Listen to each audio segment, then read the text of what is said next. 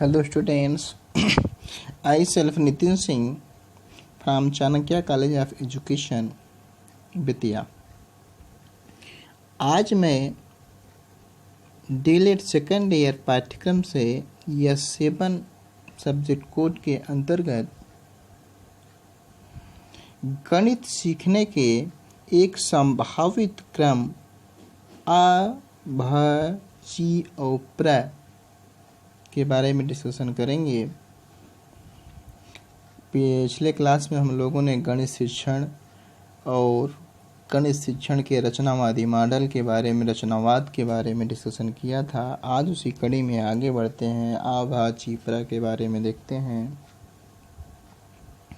एक सूचना है आप लोगों के लिए कि ये जो वीडियो है कॉलेज के officially channel Chanakya college of education के यूट्यूब चैनल पे भी अपलोड किया जाएगा। वहाँ आप उस चैनल को लाइक, शेयर और सब्सक्राइब करें।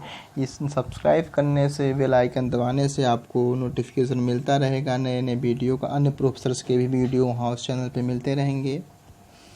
और शेयर इसलिए कि जो आपका मित्र सहपाठी वंचित हो वहाँ तक इस वीडियो पहुँच सके। धन्यवाद। आगे चलते हैं। हम गणित सीखने के एक संभावित क्रम आ, भ और ची, प्र के बाद चर्चा करते हैं। आ, भ, ची, प्र जो शीर्षक है, इस शीर्षक से बच्चे के मन में एक प्रतीक समझ में आता है जिससे बच्चे को ऐसे नए प्रतीकों को नहीं समझ पाते, जिसमें ये बताया जाता है कि बिना उसके समझाए, बच्चे को बिना समझे उस पर नवीन ज्ञान थोप दिया जाए, नए प्रतीक, नए संकेतों को थोप दिया जाता है। तो बच्चों में इस प्रकार से बच्चों में गणित समझ बनाने के लिए, उन्हें सावधानी बनाए रखने के लिए सीखने का एक अनुभव क्रम देना चाहिए।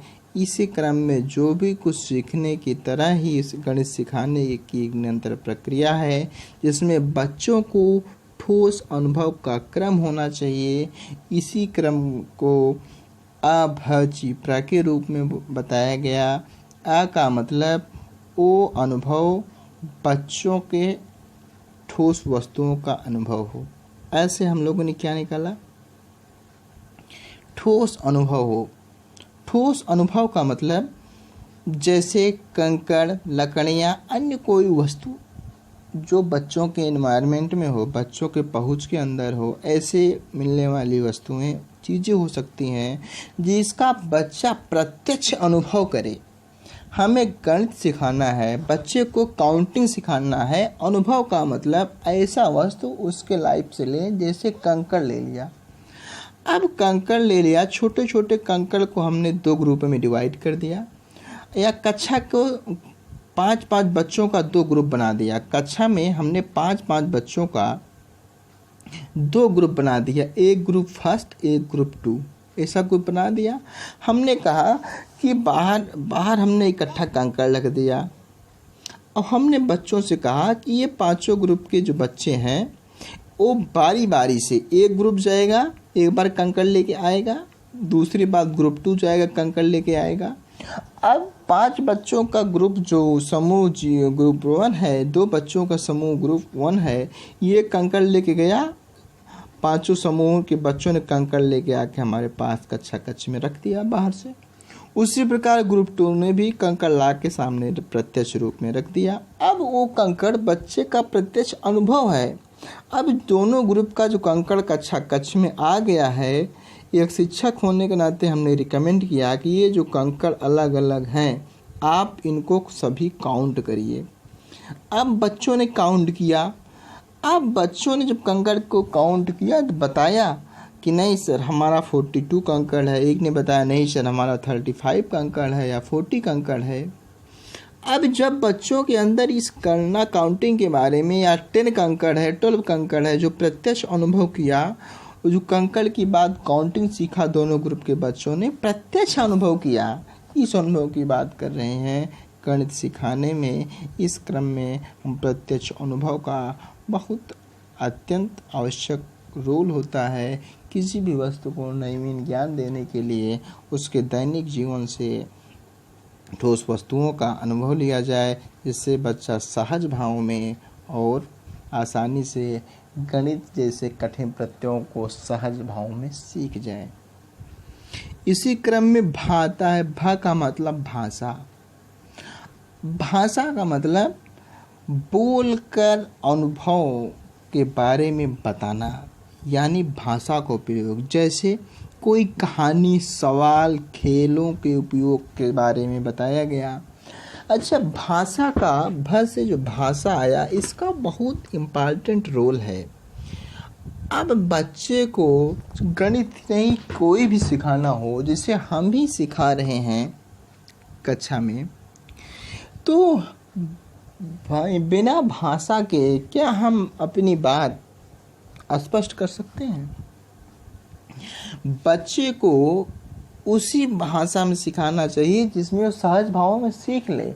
अब जैसे इंग्लिश भाषी बच्चा है, उसको हम हिंदी भाषी लैंग्वेज में सिखाने का प्रयास करेंगे तो क्या हो जाएगा, सीखना कठिन हो जाएगा और बच्चे के लिए तारतम्य नहीं बनेगा।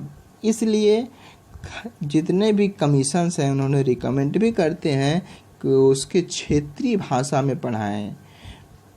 बच्चों को उनके क्षेत्रीय भाषा में अध्ययन अध्यापन का कार्य किया जाए। खासकर छोटे बच्चों को क्षेत्रीय भाषा यानी मदर टोन, मातृभाषा के रूप में।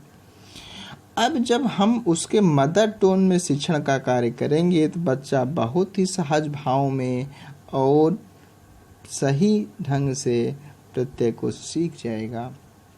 और ये भाषा का प्रयोग हम कहानी के माध्यम से भी कर सकते हैं, बच्चों से सवाल पूछकर भी कर सकते हैं, खेल खेल में हम उसका उपयोग कर सकते हैं। ठोस अनुभव का प्रत्यय देंगे, उसके भाषा का प्रयोग करेंगे। उसका भाषा ऐसा होना चाहिए जो बच्चों के अनुभव या उसकी कहानी के माध्यम से जिसमें उस सहज भाव में सीख, जिसमें उस कठिनाई न महसूस हो, ऐसे भाषा का हम उपयोग करते हैं। ची का मतलब चित्रों द्वारा दिखाकर। अनुभव बच्चों ने जो किया, जिस अनुभव को हम बच्चों को दिखा रहे हैं चित्र के द्वारा दिखाएं। जैसे हमने काउंटिंग की बात किया, बच्चों को पहला एग्जाम्पल अनुभव वाला दिया, काउंटिंग कीन के बताया नहीं ये ग्राउंड अधिक है, इस ग्रुप का काउंट कम है, तो बच्चा ने प्रत्यक्ष अनुभव किया और हमने उसको अपनी भाषा में समझाया कहानी के माध्यम से। बेटा आपने जो एक्टिविटी किया, आप लोगों ने जो ये क्रियाकलाप किया, इससे स्पष्ट होता है कि ये काउंटिंग सीखने की प्रथम प्रक्रिया है। अब इसी प्रक्रिया को हम चित्र के द्वारा सिखाएंगे, ब्लैक बोर्ड पे बताएंगे या उस ग्रुप का चित्र बना देंगे, सहायक सामग्री बना देंगे, बोर्ड चार्ट बना देंगे। उसमें बच्चे को हम सिखाएंगे कि कम मात्रा 2 कंकड़ों का ग्रुप बना देंगे, एक में कम मात्रा रखेंगे, एक अधिक मात्रा रखेंगे। उसको चित्र के माध्यम से बताने का प्रयास करेंगे। इससे सीखना उतना ही सहज होगा जितना बच्चे के अनुभव करेगा और सहज भाव में बच्चा कठिन से कठिन प्रत्यय को समझ लेगा। प्र का मतलब प्रतीक। अब देखिए हम जो चित्र बनाए, अब हम जब बच्चा का ग्रुप अनुभव भी कर लिया, भाषा का भी प्रयोग कर लिया, चित्र के माध्यम से भी काउंटिंग के बारे में उसको आइडिया हो गया, छोटा ग्रुप बड़ा ग्रुप। अब हम उसका प्रतीक बता देंगे। प्रतीक क्या बेटा, 1 का सिंबल ये है, 2 का सिंबल ये है, 3 का सिंबल ये है।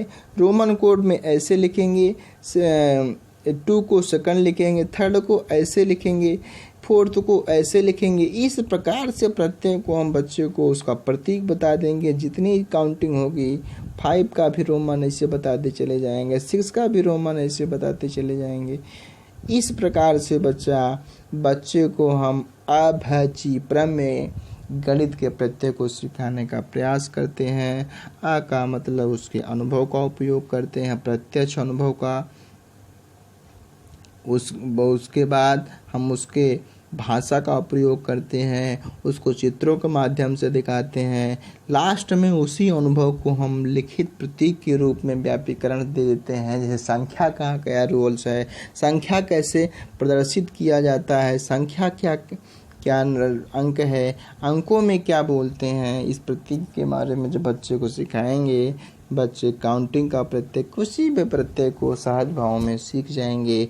सीखने का ये जो क्रम है एक संभावित क्रम अभची प्र खासकर छोटे बच्चों के लिए बहुत ही प्रभावी है। छोटे कक्षों के बच्चों के लिए इसी क्रम में हम अध्ययन अध्यापन कार्य खासकर गणित प्रत्यय में करने का प्रयास करते हैं। ठीक, आइडिया आया। अभचिप्रा के बारे में थोड़ा और आइडिया हम देते हैं अभचिप्रा के बारे में आप लोगों को। इस प्रकार से बच्चा कोई पूर्ण संख्याओं से परिचित हो जाता है। बच्चा ने पहले अनुभव किया, भाषा का प्रयोग किया, उसको चित्र दिखाया, लास्ट में हमने उसको अनुभव करा दिया, तो उसको परिचित हो गया। इस प्रकार से बच्चा पूर्ण संख्याओं से परिचित हो गया। उसकी ऋणात्मक संख्याओं की अवधारणा के बारे में एक क्रम भी दिखाते हैं। जैसे ऋणात्मक संख्या, धनात्मक संख्या सिखाना हो तो उसको एक क्रम बताएंगे लैडर के रूप में, सीढ़ी नुमा आकार बना करके। ऐसे चीज़ों का उपयोग ठोस अनुभव से कराने के संदर्भ में सोचना होगा, जिससे बच्चे को प्राकृतिक संख्या की तरह नहीं बल्कि उसे गिनवा कर सिखा सकें। उसकी काउंटिंग हम जैसे प्राकृतिक संख्या 1 2 3 की तरह न सीखे, ऋणात्मक संख्या का भी प्रत्येक बच्चा वैसा ही समझे जैसा कि हम एक लैडर के रूप में समझाने का प्रयास करते हैं। ये एग्जाम्पल देखते हैं। अब जैसे हमें बच्चे को इस आइडिया देना है उसके माइनस ऋणात्मक संख्याओं के बारे में, हमने एक क्रम में लैडर बना दिया। अभची का प्र का प्रयोग करते हुए, अभची प्र का प्रयोग इसमें कैसे करेंगे ये आप थोड़ा समझिए। अभची प्र का प्रयोग ये देखते हैं। इसमें जैसे आ आया, इसमें आ आने का मतलब आ क्या है, बार बार में किसी पहले मंजिल पर जाने के लिए कहें, उसकी संख्या धनात्मक होगी, ऋणात्मक पूछ कर ऐसे कथन धनात्मक संख्या ऋणात्मक संख्या से भाषा से अवगत करा सकते हैं। हम बच्चे को लैडर पर चढ़ा दें, लैडर पर चढ़ने के लिए उसे कहें, फिर उतरने के लिए करें। बच्चा जब चढ़ेगा तो 1 2 3 काउंटिंग के बाद प्रत्यय करेगा, लैडर काउंट करेगा। इसका मतलब हमने उसका अनुभव लिया, लैडर को काउंट करने पे बच्चा चढ़ा उतरा, सीढ़ी पे गया उतरा, इस प्रकार से हमने उसके आ का प्रयोग कर लिया। उसके भाषा का प्रयोग हम करेंगे चित्र के रूप में दिखा करके। हम ऐसा चित्र बनाएंगे जिसमें बच्चे को अलग अलग संख्या दिखा सके और उस संख्या में ऋणात्मक संख्या का प्रतीक से हम परिचित करा देंगे। जैसे हमने ये देखिए ऋणात्मक संख्या से परिचित कराने का छोटा सा प्रयास किया है, देख रहे हैं। अब जब यहाँ तक आ गया तो उसका प्र का प्रयोग कैसे करेंगे, उसके ठोस वस्तुओं का चित्र के बिना ऋणात्मक संख्याओं के रूप में अभ्यास कराएंगे, बिना चित्र के। अब चित्र से हमने बता दिया, तो बिना चित्र से इसका अभ्यास कराएंगे। इस क्रम में बच्चे ठोस अनुभव महसूस करके व उसके साथ कार्य कर करके धीरे धीरे अमूर्तता की ओर बढ़ सकते हैं और प्रतीकों का प्रयोग कर कर उनकी पूरी समझ विकसित हो सकती है। इस प्रकार से किसी क्रम में जब उनके अनुभव का प्रयोग करेंगे, उनके भाषा का प्रयोग करेंगे, उनको चित्र दिखाएंगे और लास्ट में संख्याकों का प्रतीक हम बता करके संख्या का सिखाने का प्रयास करेंगे। अभाची क्रम में सीखना सहज, अस्थायी और पूर्ण हो जाएगा। बालक खेल खेल में इसको सहज भाव में सीख सकता है, सीख जाएगा। ठीक, इस प्रकार से कुछ एग्जाम्पल दिए गए।